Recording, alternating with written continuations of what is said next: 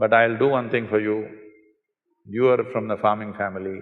Those of you for 2 generations who lived in city, you have MBA, even if you have agricultural MSc, you come, I'll give you 10 acres, fertile land.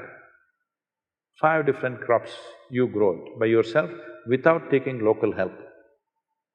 You will see you can't do it. Because this intrinsic knowledge that our farmer has, this is one of the most fantastic things that India has done is, of the many things, well, we are going to the moon, we've gone to Mangalyaan, all kinds of things, businesses have done great things, science has done many things, but the most fantastic thing is, without any science of any modern science, without any new technology, just with traditional knowledge, our farmers have fed 1 billion people. This is not a small thing.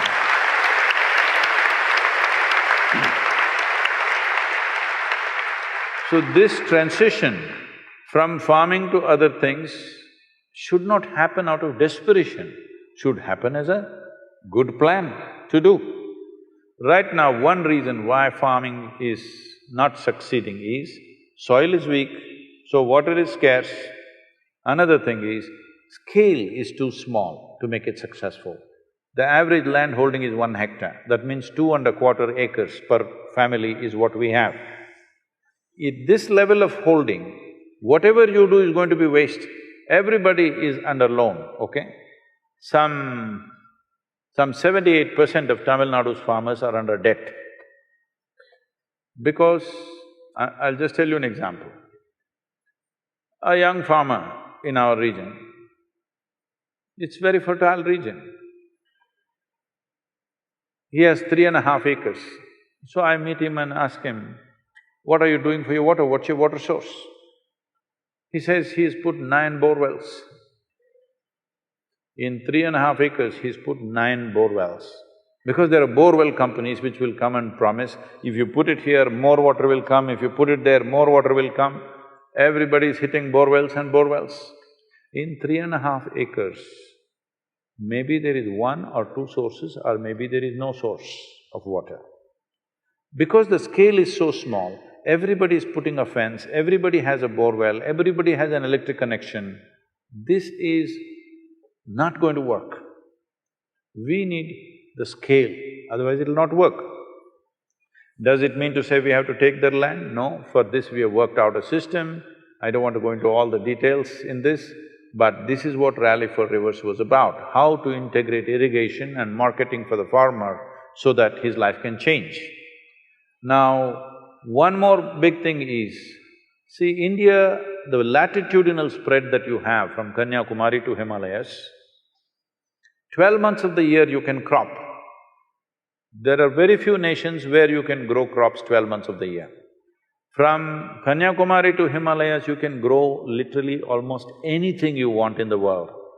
If we handle this land right, we can provide food for the entire world. It's possible to do that. And this is the only nation where 65 to 70% of the population knows how to do this magic of transforming mud into food. It is not a small thing. We could use that knowledge, we could use that capability, or we could make them destitute and come to cities and live in slums without any dignity, without any life to live, without any productivity, getting into crime. You become an engineer, I'm glad. Many farmers' children join crime or other kinds of things because they have no other option. So this needs to be addressed. So one of the things is, we have converted literally over 69,670 farmers in Tamil Nadu from regular farming to what is called as agroforestry. Their incomes have gone up 5 to 10 times in a matter of 8 to 10 years. This is what we are calling as the Cauvery calling for the Cauvery belt… Cauvery basin area, because if you do this, we want to convert 1/3 of the Cauvery basin into agroforestry. If you do this, the 46% depletion that's happened in the river waters will come back. River will flow once again, farmers will be rich and well-to-do, all this debt that is there in the banks will not happen because farmer will be rich by his own resource. This has to be done in a planned way, we must execute this. Otherwise, this nation is sitting on too many problems and too many possibilities also. But to convert problems into possibilities, every citizen has to stand up and do what needs to be done.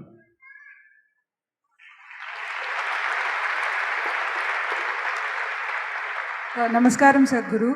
Where are you? Sadhguru here. Okay. When a movie is made, the idea and the story is… The question is for him. No, Sadhguru, it's to you. The idea and the story is developed to make it more popular on commercial factors. It developed on commercial factors to make it more popular, to reach more number of people. Can we use cinema to spread the spiritual methods to large number of people through commercial and popular ways? Can you give some direction towards it?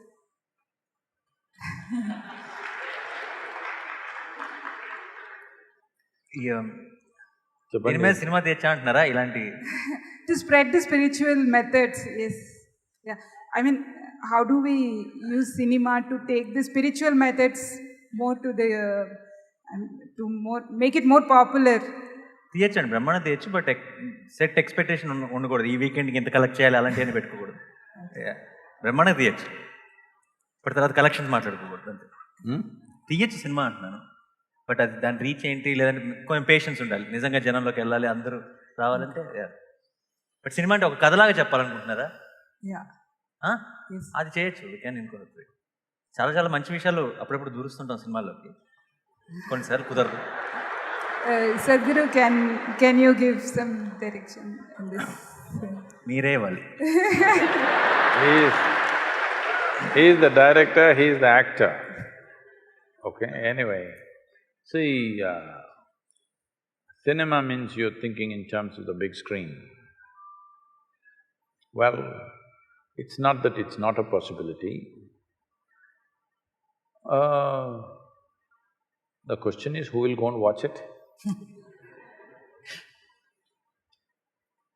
It has to be commercially successful. Commercial success means people watched it, all right? This happened. This is about 10 years ago maybe now. I was in United States and I was talking to somebody who's some kind of an expert on internet affairs. So, I never get to go on the net and browse this and that, I never have the time to do those things. So I asked him, what are people looking for? Everybody is looking at their screen, what are they looking for? Very casually, very casually, as a matter of fact, he said, Sadhguru, about 70% of the data is pornography. I said, what? He said, yes. I said, I don't want to believe this kind of nonsense. 70%, is it pornography? It's not possible. Then I checked with a few other people, they all say, yeah, it's around that much, maybe 65, 70, something. And what else are they using this for? There are many other things, drug sales, arms sales, all kinds. More than anything, what really kind of brought disgust to me was 1.6 million children below 15 years of age are sold on the internet every year. When we sell our children, as human beings, we've hit the bottom. There's no further down to go. When we start selling our children to be used in all kinds of slavery, this means we've hit the very bottom, there's no further place to go, isn't it? That is when I decided, then let me get on the net.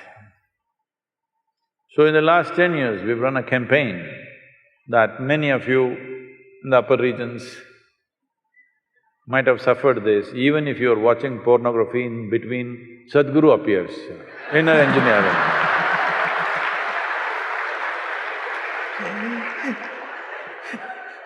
I'm saying this with some glee because when such a phenomenal technology is available to us, is this what we do?